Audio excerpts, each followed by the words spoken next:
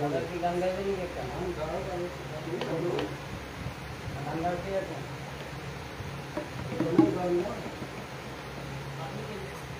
আমি পরে দেখতে পাবো পরে দেখ তুমি তো এই দ্বিতীয় উপরে তাহলে বলো তুমি বলো আমি আসলে না তুমি বলো না না দাদা তো করতে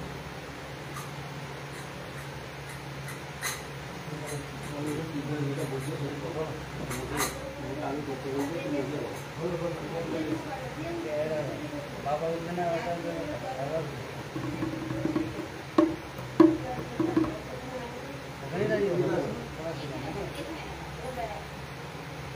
परम दयाले रात्रि चरण আমার এই নম্বর সত্যিকার সহিত প্রণাম পরমাত্মা জগৎ জননী শ্রী পরমাত্মার চরণ জানাই প্রণাম পরম পূজ্যপাদ শ্রী দাদার চরণ জানাই প্রণাম পরম পূজ্যপাদ শ্রী আপনাদের দাদার চরণ জানাই আমার প্রণাম এখানে উপস্থিত নিষ্ঠাবান দাদারা ও সে বই মায়েদের যথাযোগ্য স্থানে প্রণাম রাজ আনন্দিত জয়গুলি জানিয়ে আমি আমার বক্তব্য আজকে হচ্ছে আমাদের যে আচার্য দেবের আমাদের সৎসঙ্গের যে মূল প্রধান মেরুদণ্ড আচার্যদেব তার একটি জন্মতিথি সেই উপলক্ষে আজকে বাড়িতে উপযোজনা কেন্দ্রে সৎসঙ্গের আয়োজন করা হয়েছে সবাইকে হঠাৎ আয়োজন দুপুরের মাধ্যমে সবাইকে জানিয়ে তার মধ্যে সমস্ত কিছু রেডি করে সবাইকে ডেকে তার মধ্যে সৎসঙ্গের আয়োজন করে সবাই এখানে উপস্থিত হয়েছে তার জন্য মানে কী বলবো যে সবার কাছে যে একটা আশার আলো দেখা দিয়েছে যে আমরা যে আজকে যে মেন উদ্দেশ্য জিপি ওয়ার্ক 2 নম্বর যে নতুন ইনস্টিটিউট চালু করা, 3 নম্বর যারা দীক্ষা এখনো নেয়নি, যারা পিছিয়ে রয়েছে, দীক্ষার খবরপত্র আসতে পারেনি, ঠাকুরের মহানাম যে সৎনাম এখনো গ্রহণ করেনি, সেই দীক্ষা দেওয়ার উদ্দেশ্য, সেই উদ্দেশ্য সব আলোচ্য বিষয়ের উপরে আজকে কথা বলব। তো ফার্স্ট হচ্ছে দ্বিতীয়, আমরা প্রতিদিন আসার পর থেকে 3 দিন ধরে আমাদের দ্বিতীয় এখানে চলছে। সব আগে আমরা ফার্স্টে করেছি নিজের গ্রাম, বাড়ি দক্ষিণপাড়া, তারপরে হচ্ছে হনুমন্তনগর, ভৈরবপুর। তো কমপ্লিট হতে হতে লাস্টে আমাদের মিশন ছিল পাহাড়পুর। পাহাড়পুরেও আমাদের কমপ্লিট করা হয়ে গেছে। পরশুদিন 5টা দীক্ষা কমপ্লিট হয়েছে, তারপরে 12টা থেকে 13টা নতুন ইনস্টিটিউট চালু হয়েছে, মানে নতুন জমা করে ইনস্টিটিউট চালু হয়েছে। আরও চেষ্টা চলছে।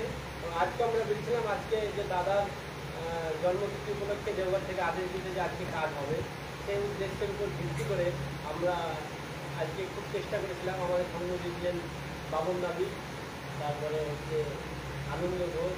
তো সবাই একসঙ্গে যাওয়ার পর দুপুরবেলায় আমরা একটা দীক্ষা জোগাড় করতে পেরেছি, আর একটা পুনঃস্মরণ দীক্ষা করানো হয়েছে, একটা দীক্ষা জোগাড় করা হয়েছে। তো ঠাকুরের আশীর্বাদ ছিল বলেই তা সম্ভব হয়েছে। আমি তো সকালবেলা ভেবেছিলাম যে মনে হয় একটাও পাওয়া যাবে না, তো আনন্দ দাদু বললেন যে না, বস বস ধৈর্য ধর, একটা না একটা হবেই। তো লাস্ট পর্যন্ত একটা দীক্ষা একটা পুনঃস্মরণ করা হয়েছে। তো সেই সমস্ত ছেড়ে আমরা বাড়ি এসেছি। আসার পর আমাদের কাজ যে আরও আমরা এগিয়ে নিয়ে যাবো, যে আমাদের একার উপর ভিত্তি করে হচ্ছে যে এই যে সমস্ত কাজের আপডেটগুলো আমরা ডিপি ওয়ার্কের যে আমাদের গ্রুপের সঙ্গে রয়েছে, আমাদের বহরমপুর কেন্দ্র মন্দির, তার উপরে আমরা সমস্ত কিছু আপডেট করছি যে আমাদের এক এক দিন এক একটা কাজ হচ্ছে। চারি জায়গা থেকে আমাদের উপর প্রেশার আসছে যে আমাদের যে 302 নাম্বার সব থেকে বেশি পিছিয়ে, আমরা যে সব থেকে বেশি পিছিয়ে, তার সেই উদ্দেশ্যে আমাদের সবাই কাছে ডাকা হয়েছে যে ডিপি ওয়ার্ক হচ্ছে একান্ত জিনিস। এর উপর যে সত্যি সেবকের এই মাসে একটা কথা বলা হয়েছে যে ডিপি ওয়ার্ক করলে কার কি সমস্যা দূর হয়। দাদা নির্দিষ্ট এক লাইনের মাধ্যমে সেটাকে দেখানো হয়েছে যে দ্বিতীয় যে যতই প্রসন্ন থাকুক, যে যত আনন্দিত না থাকুক, রোগ ব্যাগে ভরা থাকুক, দ্বিতীয় করলে তার সমস্ত কিছু দূর হবে, নিরাপদ হওয়ার চেষ্টা করবে। তো দাদার নির্দেশ অনুযায়ী আমরা সবাই মিলে এক একদিন করে টাইম দিব যে দ্বিতীয় করার জন্য। তো আমাদের লাস্ট পর্যন্ত যে সুরজিৎ দা ছিলেন উনি বলেছেন যে প্রভুর রথের চাকা আমরা যেভাবে ঘুরে নিয়ে যাচ্ছে 302, তার মধ্যে যে বয়স্ক লোক আছে, হ্যাঁ, এক আমার দাদু ধীরেন মণ্ডল, 2 নম্বর হচ্ছে সুকুমার ঘোষ, উনিও বয়স্ক মানুষ, এক আমি, একদিন আমার বাবার সম্মান ছিল, বাবা ছুটি দিচ্ছে। তো সেখানে আমরা যে গিয়েছিলাম, প্রভুর কাছে রাতুল চন্দ্র ওই আমার নিবেদন যে মানুষ মেশিন লাগিয়ে আমাদের সঙ্গে গিয়ে ডিপিআর করতে পারে, তাহলে যারা আমরা ভালো মানুষ এত কাজের মধ্যে যে ব্যস্ত থেকে কেন যেতে পারবো না, সপ্তাহে একটা দিন কেন যেতে পারবো, অবশ্যই যেতে পারবো। আমি প্রতিদিন পারলাম না, সপ্তাহে একটা দিন 1 ঘন্টা গেলাম। কালকে আনন্দ দাদুকে ফোন করি, বললো যে আমি চেষ্টা করছি, আজকে 1 ঘন্টা জেনে আমি অনুরোধ করি, 1 ঘন্টা জেনে উনি এসেছে। আজকে আমাদের সঙ্গ দিয়েছে। আমরা যদি সব মায়েরা দাদাদের নির্দেশ যে আমরা যদি সবাই মিলে 50 জন 40 জন 20 জন একসঙ্গে যাই, সেই বাড়ি স্টিমটি চালু করতে আগ্রহ হবেই হবে, সেই বাড়িতে স্টিমটি চালু হবেই হবে। তাই আমরা সবাই মিলে একত্রে যদি যেতে পারি যে আজকে আমরা স্টিমটি করছি, তবু রাতুল করবো, আমরা দীক্ষার পথে এগিয়ে রয়েছি, আমরা সৎনাম গ্রহণ করেছি। তার পরিবর্তে আমরা যদি আমাদের যে আশেপাশের যেগুলো রয়েছে দীক্ষা নিয়ে পিছিয়ে রয়েছে, স্কুলটি বন্ধ করে দিয়েছে, বাচ্চারা অনেক রয়েছে, তাদের মধ্যে আমরা সবাই মায়েরা এবং দাদারা সবাই মিলে একে একে এক দল বেঁধে, আজকে আমি পারলাম না কালকে অন্যজন গেল, আমি আজকে পারলাম না কি আমি কালকে পারবো, গেলে প্রতিদিন পারবো, সবাই তো কাজে ব্যস্ত থাকি। তার মধ্যে সপ্তাহে একদিন গেলে দুদিন যদি 1 ঘন্টা করে বুঝতে পারি, তাহলে আমাদের অনেকটা কাজ ভিজুয়ালকে এগিয়ে দেবে। তো খুশি হবেন দাদা নিজে, বাচ্চাদের খুশি হবেন, অবিন দাদা খুশি হবেন। তো এই যে ভিজুয়ালের মাধ্যমে প্রভুকে ধরে পাওয়া, তার যে উদ্দেশ্য সফল হচ্ছে, আমাদের যে কতটা মানে কত যে ভালো হচ্ছে নিজেদের বলে বোঝানো যাবে না, আমাদেরও ভালো হচ্ছে, আমাদের তারা পশ্চিমে সবারই মঙ্গল হচ্ছে ভিজুয়ালের মাধ্যমে। আমরা একই সুতোই বেঁধে রয়েছি, একই সুতোতে প্রভু রাতুল চন্দ্রে রয়েছি। সেই উদ্দেশ্যে ভেবে আপনাদের কাছে আমার রাজ্যের অনুরোধ যে আমরা যদি অসুস্থ মানুষ আর বয়স্ক লোক যদি গিয়ে ভিজুয়াল করতে পারি এই রৌদ্রের মধ্যে, এই গরমের মধ্যে, হ্যাঁ, তা আপনারা সবাই পারবেন, মায়েরাও পারবেন এবং দাদারা যারা যাচ্ছেন না তারাও পারবেন। তো সবাই মিলে যদি আমরা একত্রে করতে পারি, তাহলে আমাদের এই 302টা একটু আগাবে। মানে 302 হলে সব থেকে পিছিয়ে, নতুন বিষ্ণুপুর এগিয়ে, কান্দি হলো 1 নম্বরে আছে, কান্দি হলো সব থেকে এগিয়ে, ঠিক আছে। তা আমাদের এই যে 302-কে এগিয়ে নেওয়ার জন্য আমাদের সবাইকে একত্রিত হতে হবে, সবাইকে একসঙ্গে যেতে হবে, সবার বাড়ির ডালগড়ায় পৌঁছাতে হবে। একদিন করবে না, 2 দিন করবে না, 3 দিনের দিন আপনা আপনি করবে। আর আমরা অনেক কারোর বাড়িতে ঠাকুরের ফটোটাও নেই, আমরা গিয়ে দেখছি তো ঠাকুরের ফটো উপরে রাখা আছে, চূড়া রয়েছে, সেখানে ফুল পড়ে না, ভোগ পড়ে না, দুবেলা দুবার করে ভোগ দেওয়া হয় না, আগরবাতি ধূপকাঠি জ্বালানো হয় না, সেগুলো আমরা চালু করবো। সব জায়গায় ঠাকুরের ফটো সেখানে স্থাপনা করবো, পুজো করার ব্যবস্থা তাদেরকে করে দেবো মায়েদেরকে। আমাদের যদি সঙ্গে করে মায়েরা যায় এবং দাদারা যায়, তাহলে তার বাড়িতে ঠাকুরের ফটো স্থাপনা হবে, নতুনভাবে স্কুলটি চালু হবে, নতুন দীক্ষাও প্রচুর হচ্ছে চারিদিকে। তো এইভাবে আমাদেরকে 302-কে এগিয়ে নিয়ে যেতে হবে। সুরজিৎদার বহুত আমাদের উপর আশা যে আমরা পারবো, 302-ও পিছিয়ে যাবে না। 302-ও আমাদের সবার মতন, কান্দির মতন, বহরমপুরের মতন, রুকুমপুরের মতন 302-ও এগিয়ে যাবে। আমি অনেকটা চেষ্টা করেছি, আরও করছি। আর সবাই মিলে যদি আনন্দের এবং আশার হাত বাড়িয়ে দেয়, তাহলে 302-এও আলোর আশা দেখা যাবে। সবার কাছে আমার এই লাস্ট এই নিবেদন এবং অনুরোধ, আমরা যদি সবাই মিলে হাত ধরে আমাদের যে সমস্ত গুরু ভাই হারিয়ে গেছে মেলার মধ্যে, তাদেরকে আমরা ধরে আনার চেষ্টা করি। এই বলে সকলের মঙ্গল প্রার্থনা করে আমরা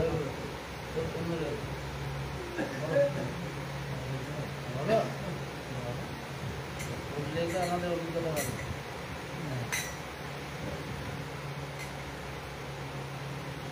দাঁড়াবা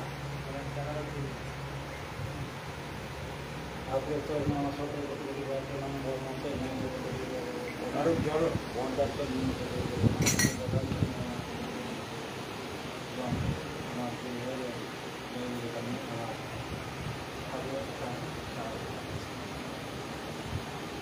ঠাকুরের কাছে যা চাওয়া যায় তাই কিন্তু পাওয়া যায়। একটা ঠাকুরের কাছে চাইছে মান 10 অর্থ। ঠাকুর বলছে ঠাকুর আমাকে মান 10 অর্থ দেন। ঠাকুর বলছে না তুই দিস না, ঠাকুর আপনি আমাকে মান 10 অর্থ দেন। তখন ঠাকুর বলে ঠিক আছে, যা তোকে দিলাম, বাড়ি যা, তুলে দিয়ে।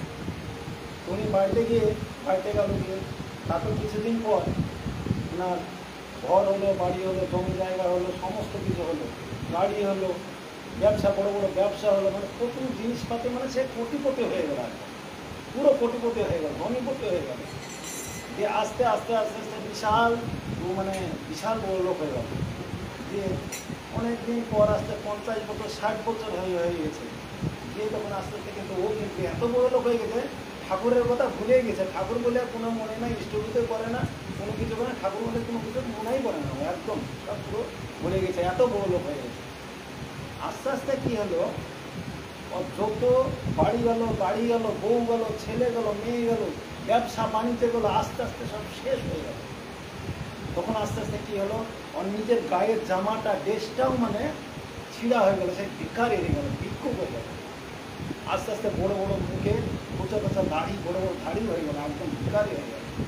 50-60 বছর পরে একদিন ওই ঠাকুরের কাছে গিয়েছেন দেওঘর, গিয়ে ঠাকুরকে প্রণাম করছে।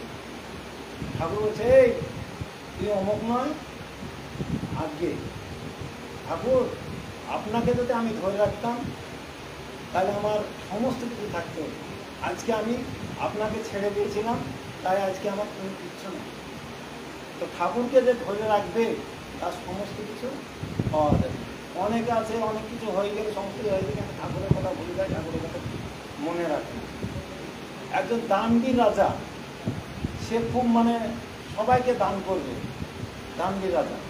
তো দেশের লোক যে যা চাইছে তাকে তাই রাজা কিন্তু দান করছে, সবাইকে যে যা চাইছে তাই দান করছে। তো ঠাকুরের ঠাকুরের কাছে, এই রাজার কাছের একজন লোক, একদম কাছের লোক, ও কিন্তু কিছু চাইছে না রাজার কাছে। তখন এবার রানীমা পাশ থেকে বলছে, হাগো সবাইকে তো সব কিছু দিচ্ছ, তোমার যে কাছের লোক, কাছের সেবিকা, ওকে কিছু দাও। তো বলছে, এই তুই কিছু চানা আমার কাছে, কিছু নিবি না? বলছে, না রাজামশাই, আমি কিচ্ছু নিব না আপনার কাছে। না তোকে তুই চা আমার কাছে, আমাকে তো কিছু না দিতেই হবে, সবাইকে দিচ্ছি, তোকে কেন দিব না আমি? তাই বলছে। তো বলছে, রাজামশাই আপনি একদিন আমার বাড়িতে একদিন বেড়াতে যাবেন, যার সঙ্গে কথা হয়ে গেল, রাজামশাই মন্ত্রীদেরকে সবাইকে বলে দিল যে আমি অমুক দিন ওর বাড়িতে আমি বেড়াতে। দিয়ে তারপরে মন্ত্রী বলছে রাজামশাই আপনি তো ওর বাড়ি বেড়াতে যাবেন, তো ওর বাড়িতে যাওয়ার রাস্তাঘাট কিছু নাই। তো রাজামশাই হচ্ছে রাস্তা করে দে, রাস্তা হয়ে গেল। দিয়ে তারপরে যাওয়ার আবার ডেট করলেন। রাজামশাই আপনি যে ওর বাড়িতে যাবেন তো ওর ঘরের ছাদও নাই, বাড়িঘর কিছুই নাই। তখন বলছি যে বাড়িঘরও করে দেবে, বাড়িঘরও হয়ে গেল। দিয়ে তারপরে আবার সব ঠিকঠাক হয়ে গেল। দিয়ে মন্ত্রীকে আবার ঠিকঠাক করতে বললো। তখন হচ্ছে রাজামশাই আপনি যখন যাবেন তো আপনার সঙ্গে তখন রানীমাও শুতে যাবে। তো রানীমা যে যাবে তো ওনার তো ঘর বাড়ি নেই, ঘর মানে বউ নাই বাড়িতে। এবার কে যত্ন করবে আমার রানীমা? তাহলে আমার বিয়েও দিয়ে দেবে, বিয়েও দিয়ে দিই। হ্যাঁ, তো দেখুন কোনো কিছু কিন্তু ও চাইলো না। রাজামশাইকে ও কিন্তু শুধু বাড়িতে যাওয়ার কথা বললো। আস্তে আস্তে সব ওর রাস্তা হয়ে গেল, বাড়ি হয়ে গেল, সমস্ত কিছু বউ হয়ে গেল, সমস্ত কিছু হয়ে গেল, কোনো কিছু বাকি থাকলো না। তো ঠাকুরের কাছে কোনো কিছু চাইতে হয় না, ঠাকুরের কাছে আপনিই পাওয়া যায় সমস্ত কিছু। তো ঠাকুর বলছেন মানুষের সবসময় উপকার করতে হয়, বিপদের সময় যেতে হয়। তো এক দাদা বলছে যে আমি তো বেকার, কোনো কিছু কাজ কাম কোনো কিছু করি না। তো ঠাকুর আমি কাউকে বিপদ আপদে কী করে দেখবো আমি? তখন বলছে শোন, তোদের ওখানে নাই, তোদের ওখানে জলাশয় না? তো বলছে হ্যাঁ আছে। তাহলে তুই এক কাজ করবি, ওই জলাশয়ে যাবি, গিয়ে কলমির শাক আছে না, কলমির শাক তুলবি, তুই সকালে বাড়ি বাড়ি দিয়ে বেড়াবি। ঠাকুরের কথা শুনে ওই জলাশয়ে যায়, সকালবেলায় যায়, আর কলমির শাকগুলো তুলে নিয়ে এসে ভালো করে ধুয়ে আর করে সুন্দর বেরিয়ে করে লোকের বাড়িতে সবাই প্রতিদিন এইরকম করে করতে করতে একদিন বলছে বিশাল বড় বাড়িতে, ওই বাড়িতে কিছু শাক তুলে দিয়ে এসেছে। দিয়ে আসার পর রান্না বান্না করেছে, করার পর যে ওর স্বামী এসছে, স্বামীকে দুপুরবেলা খেতে দিয়েছে। খাবো, শাকটা তো খুব সুন্দর, শাকটা খেয়ে দিয়েছে, এত সুন্দর খেতে। আর বলো না, একটা ছেলে দাদা এসেছিল, এসে শাকটা আমার বাড়িতে দিয়ে দিয়েছে। টাকা দিয়েছে তো তাকে? বলছে না টাকা তো দেনে, এর সব না, তুমি টাকা দাও না, এখনকার দিনে টাকা না দিলে হয়। দেখো আপনাদের কোনো কিছু মতলব আছে নিশ্চয়, না হলে কখনো শুরু কেউ কখনো শাক দিতে এখনকার দিনে। দিয়ে দেখো যেন ও খুব সাবধান আসলে যেন টাকা পয়সা দিয়ে দিবে। তারপর দিন সকাল হয়েছে আবার কিন্তু শাক দিয়ে গেছে। তারপর এই ছেলে শোনো, তুমি শাকের পয়সা নিয়ে যাবে, পয়সা নেয়, সেজন্য নেয়নি ছেলে। তারপর আবার রান্না করবে, সে লোক আবার খেয়ে তো খুব যে হাগো আজকে টাকা দিয়েছেন তো? না দিতে গেলাম তো নিল না তো টাকা কোনো মতে। তো সে ঠিক আছে, কালকে আমার ছুটির দিন আছে, বেটা আজকে আসুক, আমি দেখছি। উনি কিন্তু পঞ্চায়েতে চাকরি করে, ঠিক আছে কালকে আসুক, আমি বেটাকে দেখছি, কালকে ছুটির দিন আছে। তার হ্যাঁ, সকাল হয়েছে, সার দিয়েছি, চলে এসেছি, এসে সার দিয়েছে।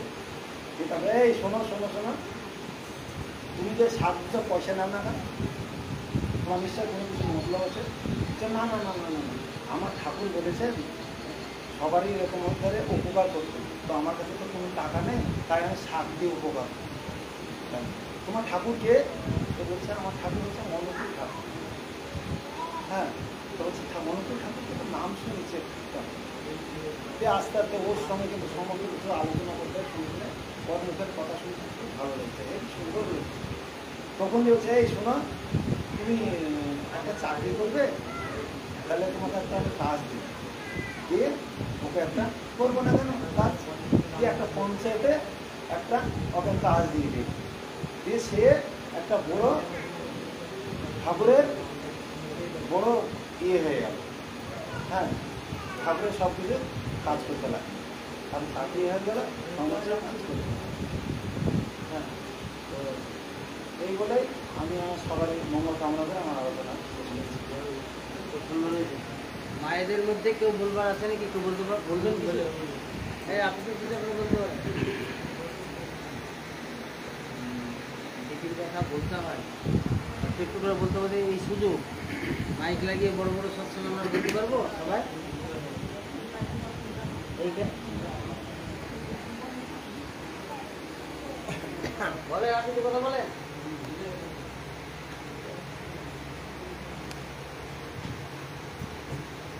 সনাতন কেউ উঠবে না। না না তুমি কি গান বলছিলা গো? কি গান একটা গাইতে বলছিলা? হিন্দি? এ বাপরে, তাহলে তাহলে গানটা হয়ে গানটা যাবে। হয়ে যাক।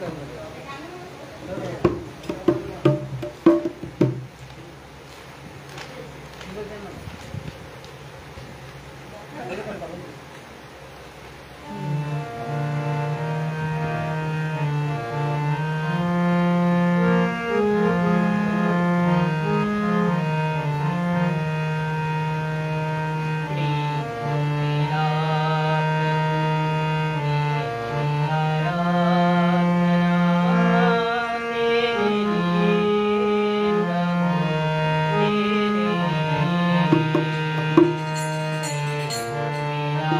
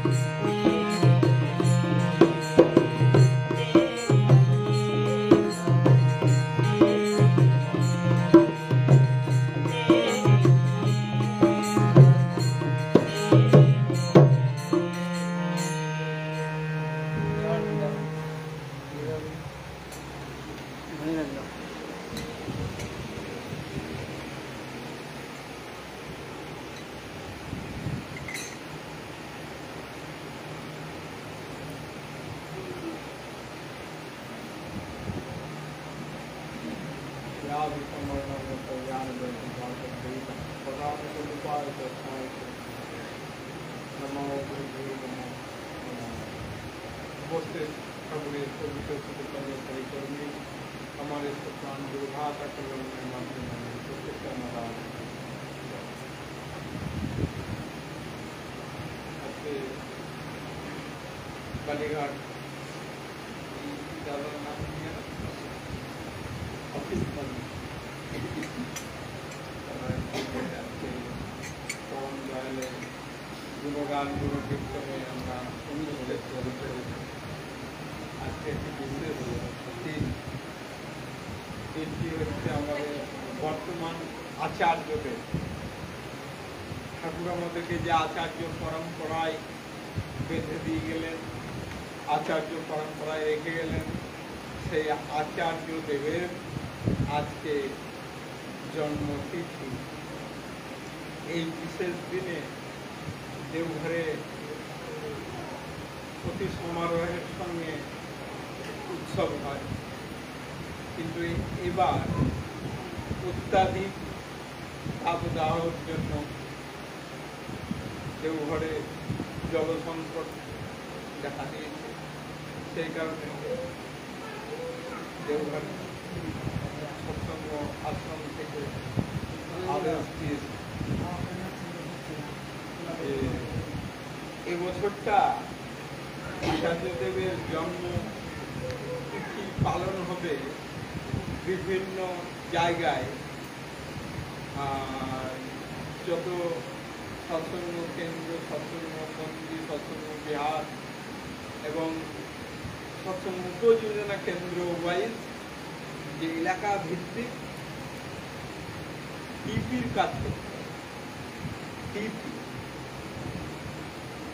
টিপির কথার অর্থ এতদিনে অনেকেই জেনে গেছেন। টিপির ফুল ফর্ম হচ্ছে ইংরেজি শব্দ টিপি, দীক্ষাপত্র। দীক্ষাপত্রে শর্ট ফর্ম টিপি। আমরা যখন দীক্ষা নিই তখন আমাদের একটা পত্র লিখা হয়, এটাকে দীক্ষাপত্র বলা হয়। সেখানে নাম, ঠিকানা, বাবার নাম, কোন বর্ণের, কে দীক্ষা দিল, কোন ঋত্বিকের মাধ্যমে দীক্ষা হবে, এই যাবতীয় ওই যে একটা পত্র তৈরি হয়, সেটা হচ্ছে পত্র। দীক্ষার দিন যে পত্রটি লেখা হয় সেটা হচ্ছে দীক্ষাপত্র। সেই দীক্ষাপত্রের কাজ চলছে আজ বিগত 2 থেকে 2.5 বছর।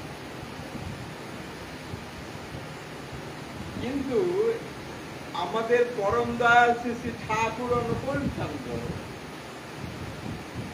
যখন এই ধরা ধামে তিনি লীলা করছেন, তখন তিনি পার্শ্বদের বলেছেন,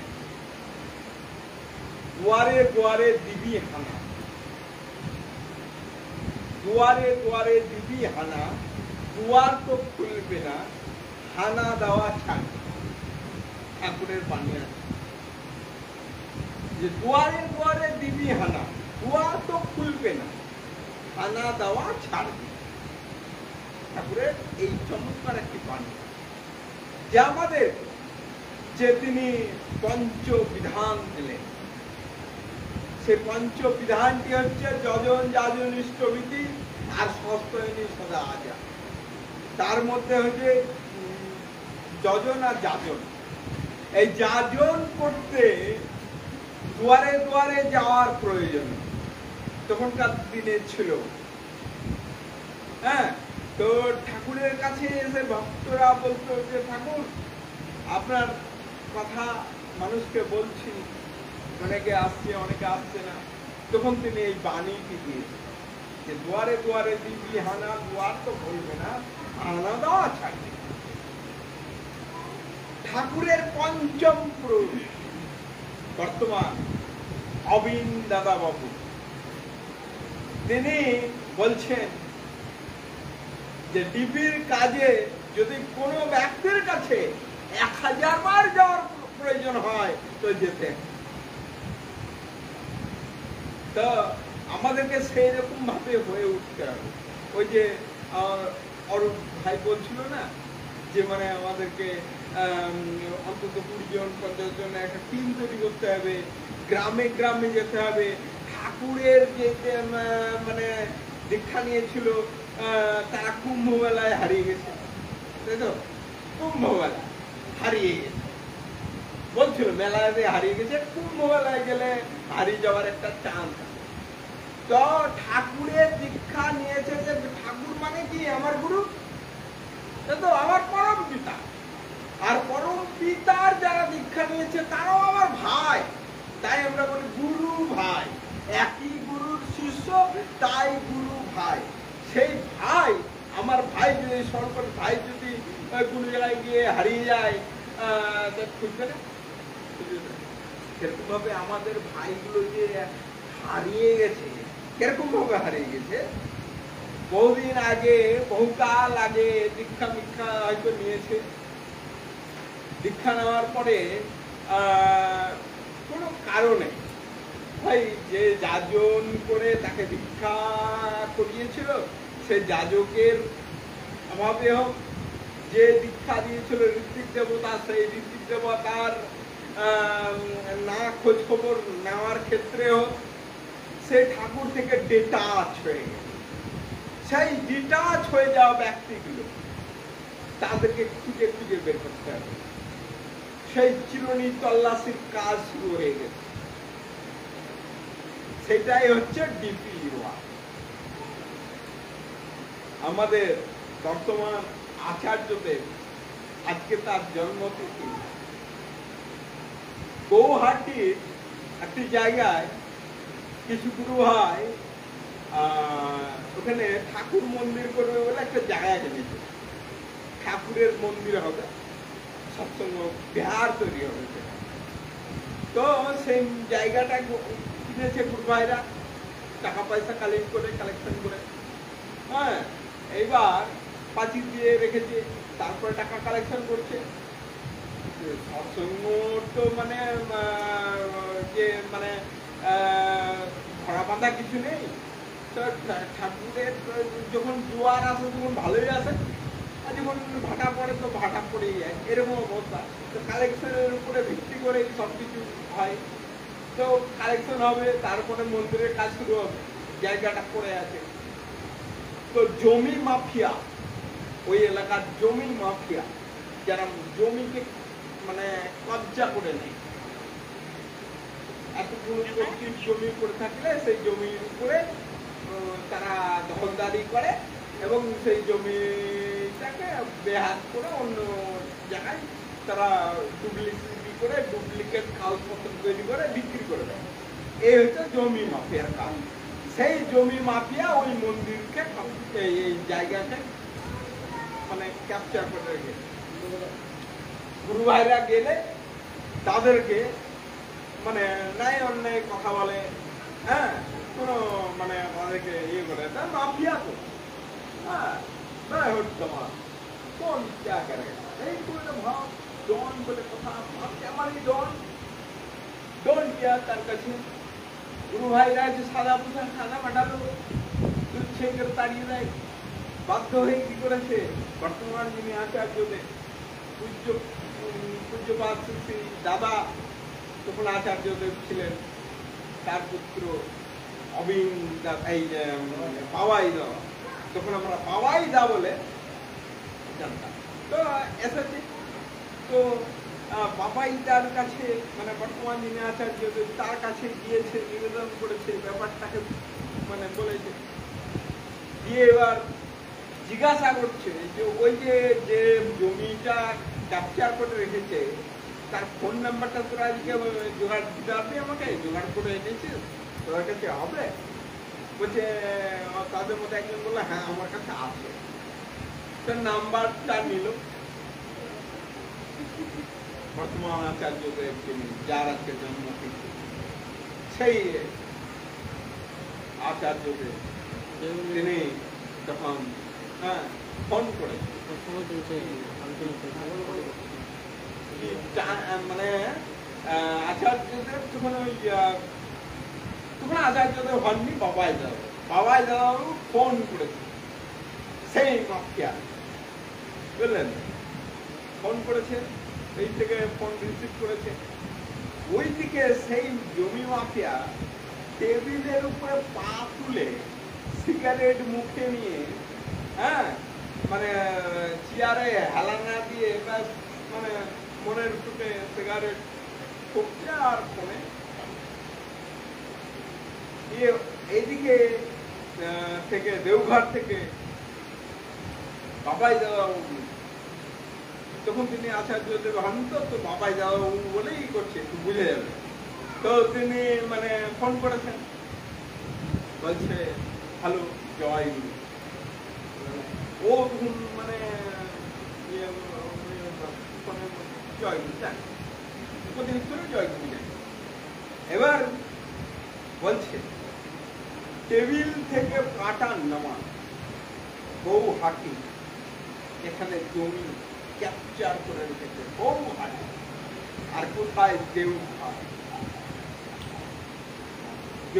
দেওঘাট থেকে গৌহাটি কত মেলা দূরে হবে, হ্যাঁ, তো বুঝতেই পারছেন ডিস্টেন্স।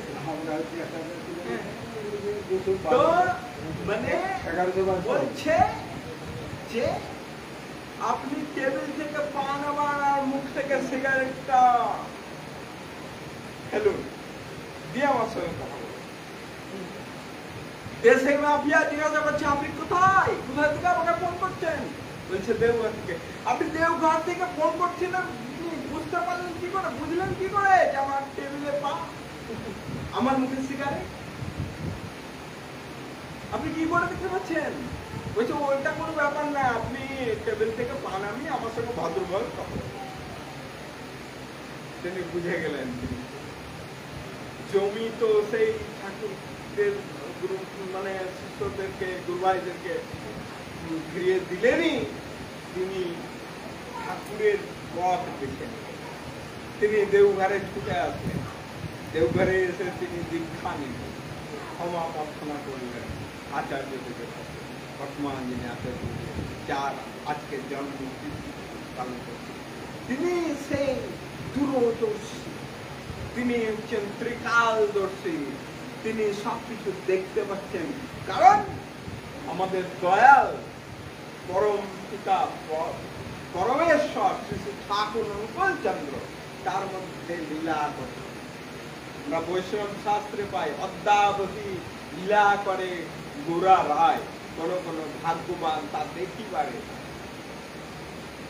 হ্যাঁ, ঠাকুর বললেন ইষ্ট গুরু পুরুষোত্তম প্রতি গুরু বংশধর, রেত শরীরে সুপ্ত থেকে জ্ঞান্ত তিনি নিরন্তর। ঠাকুর সুপ্ত থেকে তার বংশধরদের মধ্যে তিনি যে লীলা করছেন, আজও অদ্যাবধি লীলা করে গৌরা রায়। গৌরা রায় এখনো পর্যন্ত লীলা করছে। হ্যাঁ, যারা ভাগ্যবান তার লীলাটা বুঝবে, জানবে যে তিনি কে। তাহলে আমরা ডিবির কাজ করছি কি না করছি না, ফাঁকি দিচ্ছি কি দিচ্ছি না, তিনি কিন্তু দেখতে পাচ্ছেন। ভাবেন দেওঘর থেকে যার নজর ওই গৌহাটি যেতে পারে, সামান্য দেওঘর থেকে মুর্শিদাবাদে আসবে না তার নজর। ভাবেন মাত্র 350 কিংবা 400 কিলোমিটার দূরত্বে আছে, তাই না? তাহলে তার নজরে আমরা আছি, তিনি নজরদারিতে রেখেছেন যে আমরা কি করছি। আমরা ফাঁকি দিলে কিন্তু ফাঁকিতে পড়তে হবে। অতএব যে যেরকম ভাবে পারবেন টিভির কাজ করুন।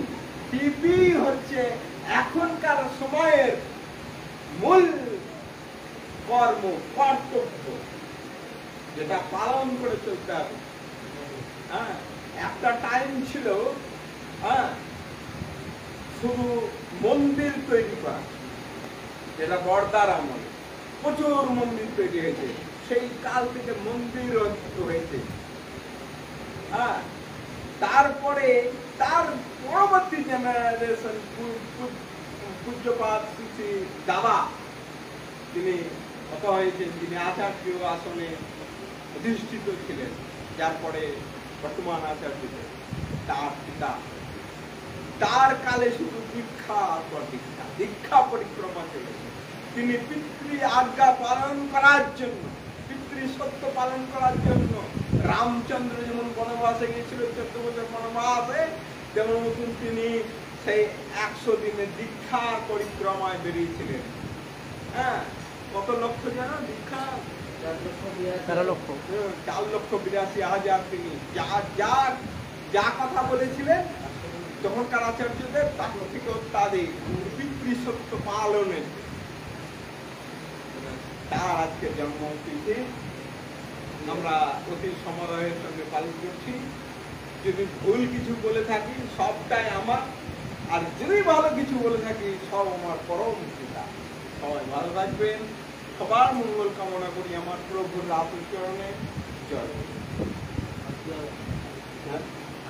দীপ্তির অভিজ্ঞতা বলতে দেন, আমাদের সঙ্গে ঘুরেছে। আপনি বলেন, তো বাজনার লোক নাই, আপনি শুধু আলোচনা করে দেন, আপনি বলে দেন আপনার দিকে কি চলছে। শেষ করে দিলেন শেষে। একটু বলেন আপনি গানটা আমার প্রয়োজন নাই। আপনি দেখুন মাথা দেখুন, আর যেন না লাগে।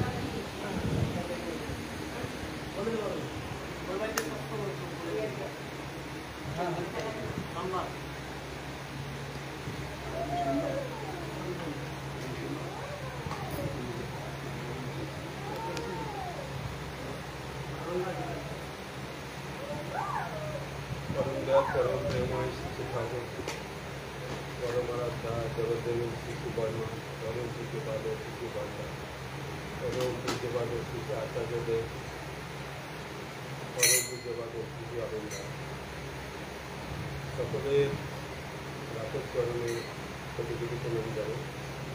আজকের এই সৎসঙ্গে উপস্থিত ইষ্টপ্রাণ দাদা মা সকলকেই আনন্দিত জয়গুরু জানাই।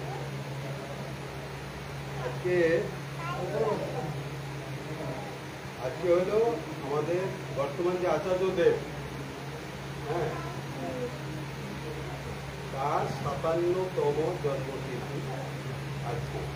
জন্মদিবস কয়েকদিন আগে পালন হয়েছে, মন্দিরে হয়েছে। এই দিনটাকে দেওঘর থেকে নির্দেশ এসেছে সবার কাছে, পুরা পৃথিবীতে এই নির্দেশ গেছে যে এই দিনটাকে, এই যে কর্ম ডিটি ওয়ার্ক মানে শুনলেন তা তখন ডিটি মানে কি, ওই যে হারিয়ে যাওয়া দীক্ষাপত্র, মানে আমরা দীক্ষা দেওয়ার সময় পত্র লিখলাম, তো তখন লিখেছি 100 জনের। এখন ইষ্টভীতি যখন জমা পড়ে তখন ওখানে বুঝতে পারে আরে দীক্ষা তো এসেছে আমাদের 100, নাম এসেছে 100, কিন্তু ইষ্টভীতিতে আসছে 20 জনের, 80 জনটা কোথায় গেল? তাহলে তারা হারিয়ে গেছে, তাহলে খুঁজো এখন। হ্যাঁ, এই যে হারিয়ে যাওয়া মানুষগুলোর প্রতি তার দরদটা কিন্তু আমাদের থেকেও বেশি। যে সন্তান মানুষের হারিয়ে যায় না, তার জন্যে মায়ের হোক বাবার হোক সবারই সমবেদনা বলেন যা ব্যথা বেশি থাকে। তো ঠাকুরেরও সেই একই। যেমন বর্তমান আচার্যদেবের মধ্যে ঠাকুর লীলা করে চলেছেন, তো তাহলে তিনি ঠাকুর ধরুন, তো তিনি তার মনে এই ব্যথার ভাব বেশি যারা হারিয়ে গেছে তাদের জন্য, যারা ইষ্টভীতি করে না, দীক্ষা নিয়েছে, সেটা ঘরে ঘরে চতুর্দিকে, হ্যাঁ, দেশের সর্বত্র আনাচে কানাচে যেখানে সেখানেই দেখা যাচ্ছে। এখানে ছিল তাই কিছুটা হয়তো এসেছে, কিন্তু আসলেও কি হয়, মানুষ এমনভাবে যে সৃষ্টি করেছে ভগবান কি জানি, কি দিয়ে তৈরি করেছে জানি। হ্যাঁ, এখনই ঠিক আছে, এখনই এখানে কথাটা তো হলো, সব ঠিক আছে, কালকে থেকে করবে, কালকে যখন দেওয়া হয়েছে তখন একই কথায় আরে ভুলে গেছি তারা। হ্যাঁ, তার মানে মানুষকে মানে ঠাকুর যে কত আমাদের জন্য অপেক্ষা করছে সেই বোধটা আমাদের মধ্যে যাচ্ছে না। হ্যাঁ, আমি কাজ নিয়ে ব্যস্ত, নিয়ে ব্যস্ত, সংসার নিয়ে ব্যস্ত, যাই হোক, ব্যস্ততার শেষ নাই। আসলে ঠাকুর কিন্তু এটা স্বীকার করেছিলেন যে মানুষের অনেক জন্মের ফল না থাকলে এই নাম পাই না। ঠাকুর নিজের মুখের কথা বলে গেছে। তাইলে আমরা হয়তো যাদেরকে খুঁজছি তারা হয়তো আগের জন্মে সেরকমের কিছু জোগাড় নাই, তো বারবার হারিয়ে যাচ্ছে তারা।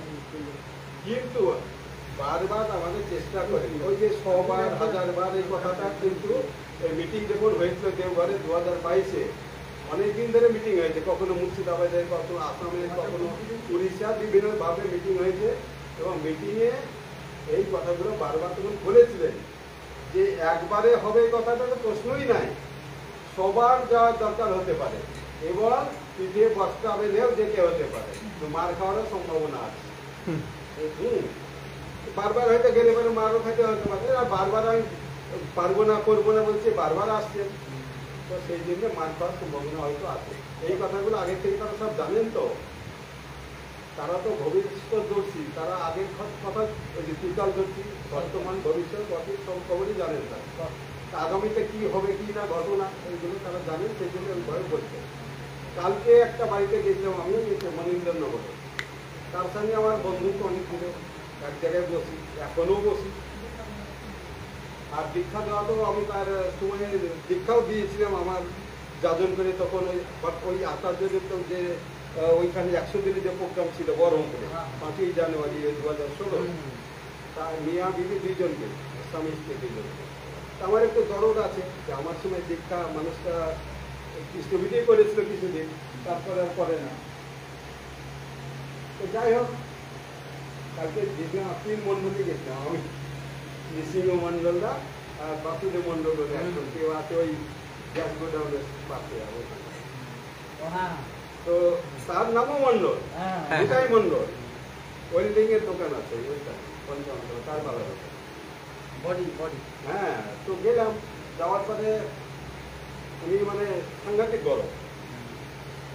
আপনাদের তো বলছি বারবার যে আমার এইসবের প্রয়োজন নাই, আমার তো কোনো অভাব নাই, আমার তো কোনো সমস্যা নাই, আমার যা আছে আমার সব ঠিক আছে, আমার কোনো প্রয়োজন নাই, মানে এরকম ভাবে বললেন কথা। তো এমন ভাবে কথা বলছেন, কথা শোনার মতো পরিস্থিতিটা নাই, মানে মনে হচ্ছে জানে তার ভিতরে সে আর স্থির থাকতে পারছে না। সুভাষ ভদ্রলোকের না? না না, নিতাই মন্ডল, নেতা। আচ্ছা, এই 8 নম্বর মনীন্দ্রনগরে বাড়ি, এই পঞ্চায়েত অফিসের পাশে। ঠিক আছে। তো দেখ, আমরা কিছু বলিনি, বুঝলাম।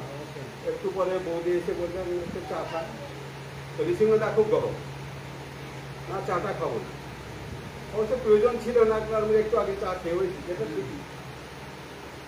তো এখন আমরা দেখলাম সে তো যা করবে সেটা তার ব্যাপার, এখন আমরা আমাদের এই কাজ তো করতে হবে, চালিয়ে দিতে হবে, তো মার তো করেনি, কথাই বলেছে কিছু। হ্যাঁ হ্যাঁ, তো আমি ভাবো বলছি চা খেয়ে, এবং নৃসিংহদা তো খাবে না, আমরা দুজনেই খাবো, তৈরি চাটা খেয়ে আসলাম। একটু পরে ওর দাদা আবার আসলো, এসে খুব ঠান্ডা হয়েছে অনেক। তো নৃসিংহদা বললো আপনার অর্ধপ্রশস্তি আছে নাকি ঘরে? তো বলছে না, আমার কাছে কিছু নাই, কিন্তু অর্ধপ্রশস্তি দেওয়া ছিল, স্থগিত করেছে, এইগুলো আমি সব নিতে জানি ঘটনা। তো যাই হোক, সে স্বীকার করলো না, আছে না নাই বললো আর কি। তো আমরা চলে এলাম, আস্তে আস্তে আমরা কথাই আলোচনা করছি যে সে যতই উত্তেজিত হোক আর যাই করুক, কিন্তু এর ফল পাওয়া যাবে। হ্যাঁ, একবারই তো নেই, 100 বার তো কাছেই যায়নি, একবার মাত্র হয়েছে। অবশ্যই। হ্যাঁ, আবার যেতে হবে। এই যে আমরা যে তার বাড়িতে গেলাম, আমরা যে ঠাকুরের নির্দেশ পালন করলাম, এটা বিফল তো যাবে না, সেই জন্য ঘাবড়াবার কিছু নাই। আর আমাদের মানে কি বলে, তার প্রতি অসন্তুষ্ট হওয়ার কোনো কারণ নেই। তারপরে আরো ওইখানে আপনি তো চিনেন হয়তো, মিঠু ঘোষ বলে কেউ ছিল ওইখানে, পঞ্চায়েতের প্রধান ছিল, তার বাড়িতে গেলাম। আগে তার ওই অনেক পিডিএফ করে অনেক ডাটা তাদের আগে পাঠিয়েছে বললো, নৃসিংহদা কিংবা অন্য কেউ। তো সেই মা বললো যে আমি অনেকটাই তো হয়ে গেছে, কয়েকটা বাকি আছে। তো বললাম ঠিক আছে, বাকি যেগুলো আছে চেষ্টা করবে, তোমার ডাটাগুলো কালেকশন করবে। কালকে কি হয়েছে যে আমার মোবাইলে ডিপে আছে, এটা খুলছে না গো, আপডেট করার এটা খুলছে না, ও ঘুরেই যাচ্ছে, জানি না কি আচ্ছা আচ্ছা, কি সমস্যা তাও আমি জানি। তো যাই হোক, বলে আমরা আসলাম, এসে আর একটা কার বাড়িতে গেলাম, এই করে কালকের দিনটা পার হয়। আজকে তো দেওঘরে নেই, আমাদেরকে সবারই একই কর্তব্য মানুষের ঘরে যাব, তাদের কথা শুনব, যদি আপডেট করা থেকে আপডেট করবো, স্থগিতি করাবো, যদি প্রয়োজন থাকে পয়সা নিয়ে স্থগিতি করাবো, এইসব কর্ম। দীক্ষার ব্যাপারও আছে মধ্যে, কেন এই বিদ্যার্থী করতে গেলে দীক্ষাও হয়, তো দীক্ষাও হবে, তাহলে এটাও আছে তার সঙ্গে জড়িত। তো সবগুলোই এর সঙ্গে ডিপিওয়ার্কের সঙ্গে জড়িত হয়ে আছে। এখন ডিপিওয়ার্ক আমরা রোজই বলছি রোজই, কিন্তু এর মাহাত্ম্যটা বুঝতে পারছে না। এই সময়ে আমার মনে হয় ভবিষ্যতে আরো কত আপদ বিপদ আসবে আমরা কেউ জানি না, তো তারা সতর্ক করছে যে তোমরা ইষ্টকর্ম করলে মানুষের আয়ু বৃদ্ধি হয়। আপদ বিপদ তো যাই, এটা তো আলাদা কথা, আয়ু পর্যন্ত বৃদ্ধি হয়, এইসব ঘটনা আছে।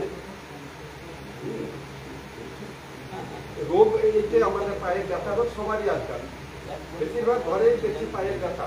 আমারও বাপের রোগ আজ 35 বছর, কিন্তু ইতিহাস করার পরে যখন ঘরে যায় তখন থেকে ব্যথা নাই।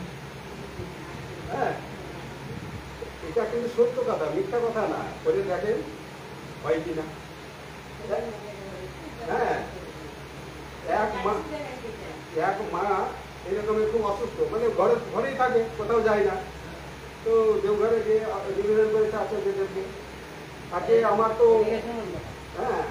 তো অসুখ বিসুখ ছাড়ছে না, হ্যাঁ আমার অসুখ বিসুখ ছাড়ছে না। তখন তারা তো সব জানে, সব ঘটনাটা কি, যে ঘরের মধ্যে বসে থাকে, শুধু আর কিছু করে না, হয়তো বোমা টোমা রান্না বান্নাও করতে হয় না, আমি জানি। তো বলছে আপনার কালকের থেকে মানুষের ঘরে ঘরে যাবেন, শুধু জয় গরুই দেবেন, প্রত্যেক দিন করবেন। এই করতে করতে তার দেখছি রোগ আর নাই। তাহলে তারা জানে তো আমাদেরকে যে কাজটা দিয়েছে, ডিউটিটা মায়েদেরও দিয়েছে, মায়েদের উপর তার ভরসা বেশি, তার মানে তার শক্তি বেশি। পুরুষের না মায়েদের, তার শক্তি বেশি বলে মায়েদের যারা সৃষ্টি করে তাদের শক্তি বেশি। শক্তি না এটা বলে আমাদেরকে ঠাকুরকে তো বোকা বানানো যাবে না, তারা শক্তি দিয়ে পাঠিয়েছে পৃথিবীতে, আপনাদের নাই বললে তার হবে না। তো আপনারা সবাই শক্তির অধিকারী, কিন্তু শক্তিগুলো কাজে লাগা, এটা তো আপনার মঙ্গল হবে, আপনার পরিবারের মঙ্গল হবে, আমার আশেপাশে যারা আছে তাদের মঙ্গল হবে। আর সবাই যদি মঙ্গল হয় তাহলে কি হবে, আমাদের দেশেরও মঙ্গল হবে।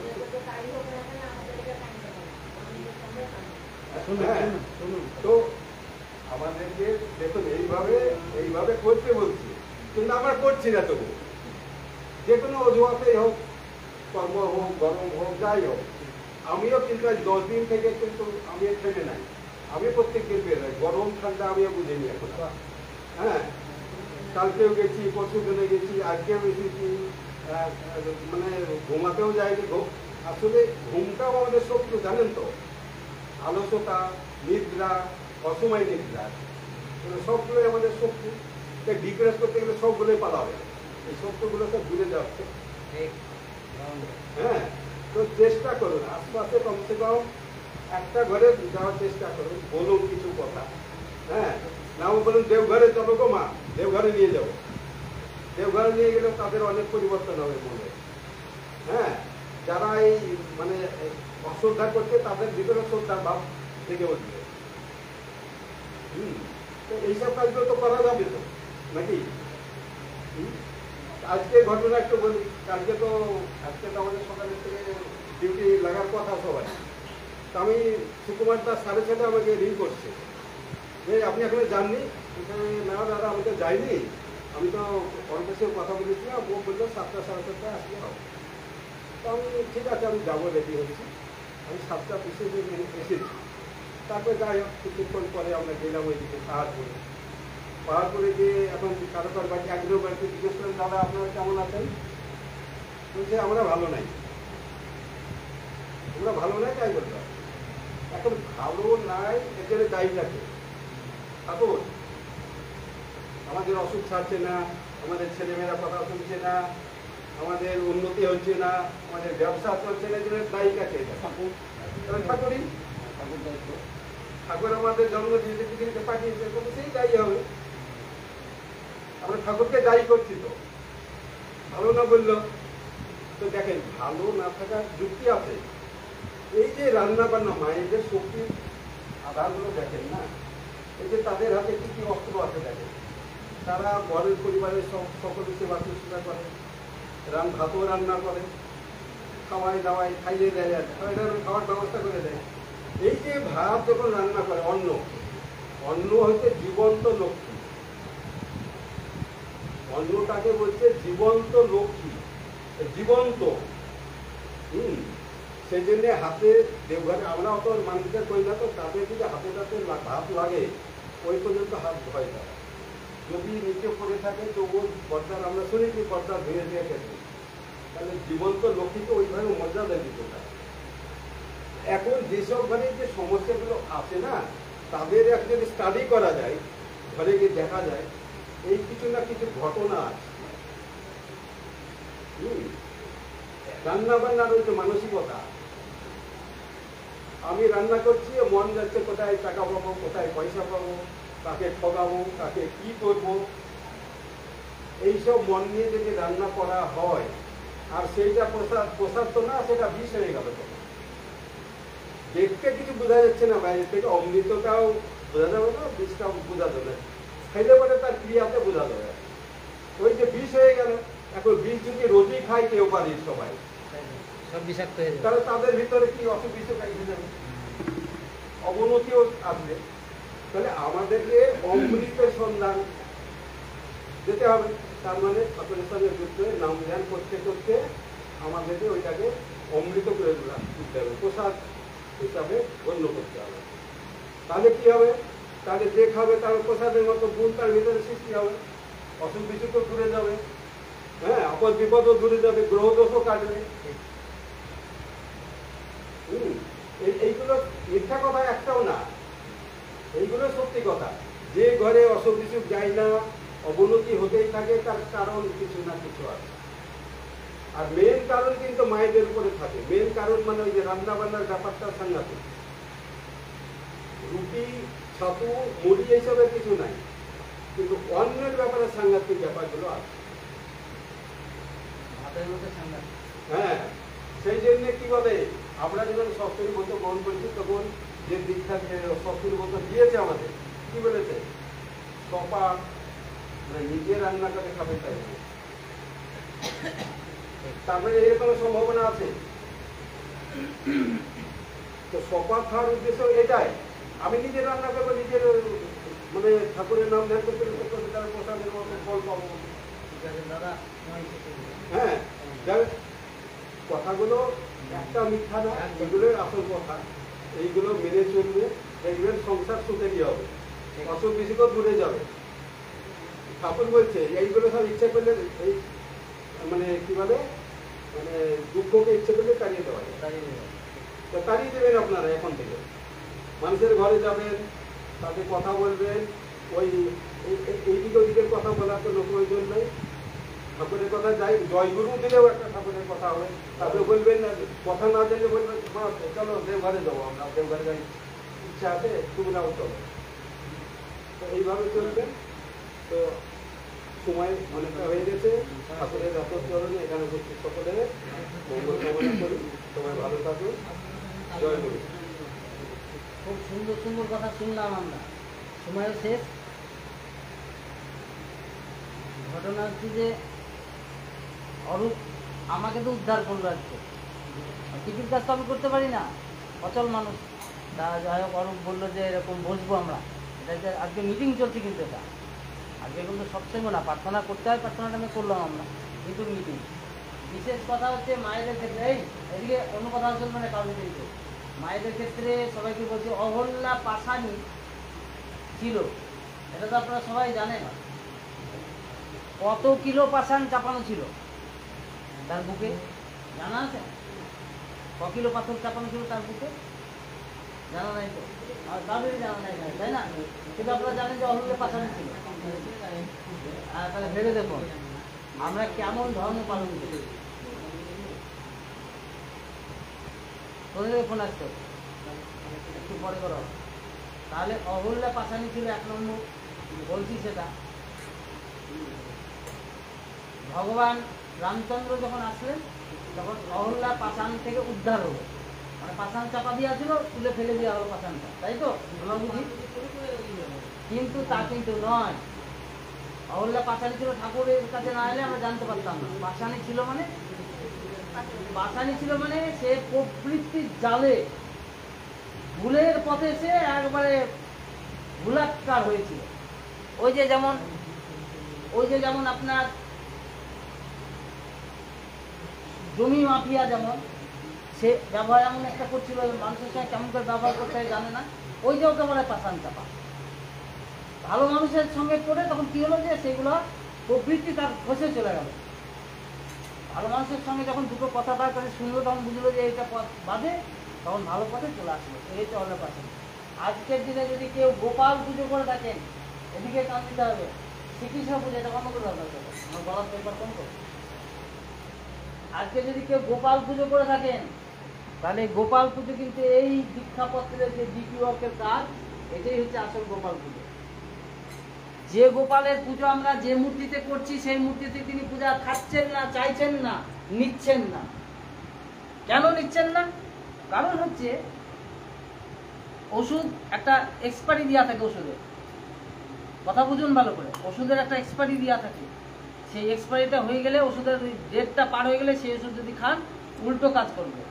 ভগবানও যখন যুগে যুগে আসেন তখন তিনিও একটা টাইম দিয়ে যান, সেটা সব মহাপুরুষ দিয়ে গেছেন।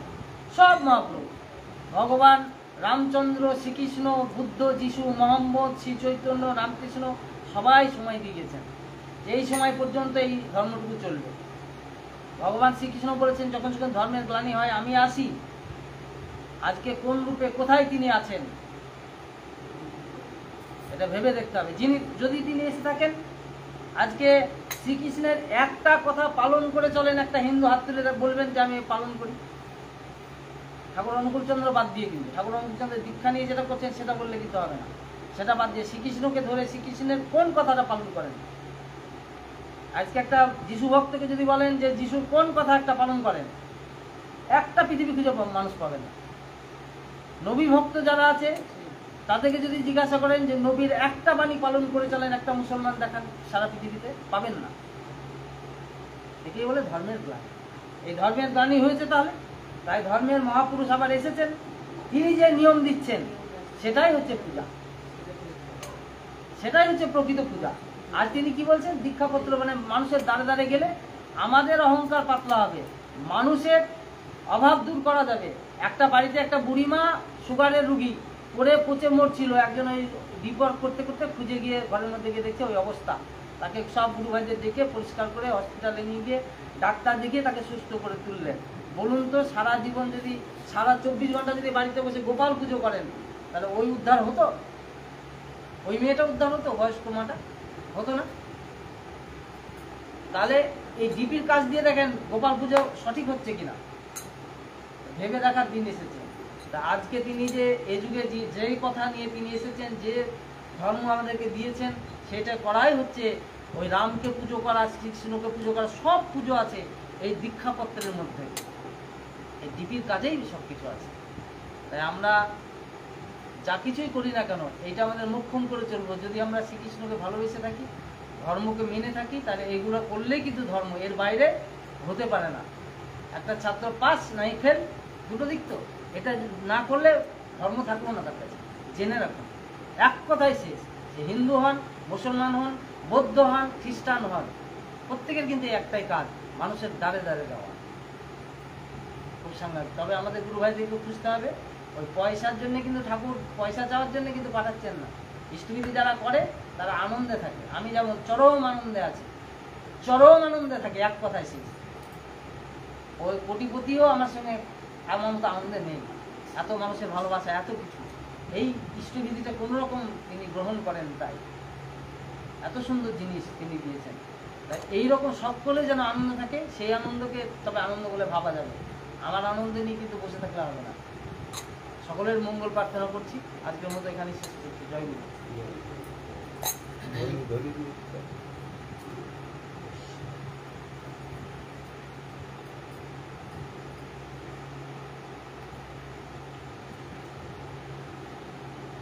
বন্দে পুরুষোত্তমং, বন্দে পুরুষোত্তমং। বন্দে পুরুষোত্তম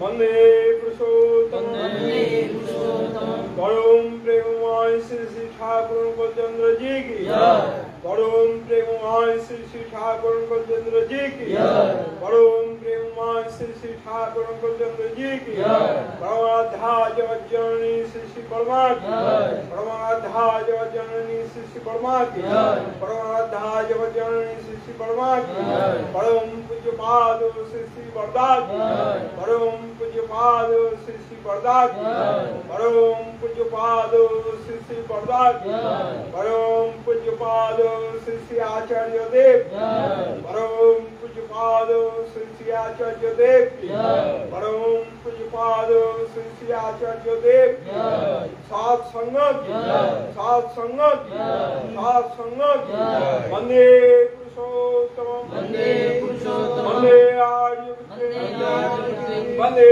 মাতৃবচন বন্দে অহং কৃষ্ণ জয়বহং বন্দে পুরুষোত্তম বন্দে পুরুষোত্তম পরম প্রেমময় শ্রী শ্রী ঠাকুর অনুকূলচন্দ্র জয় কি জয়। সৎসঙ্গ আজকে এখানে শেষ হলো। সকলে ঠাকুর প্রণাম করে প্রসাদ নিয়ে যাবেন।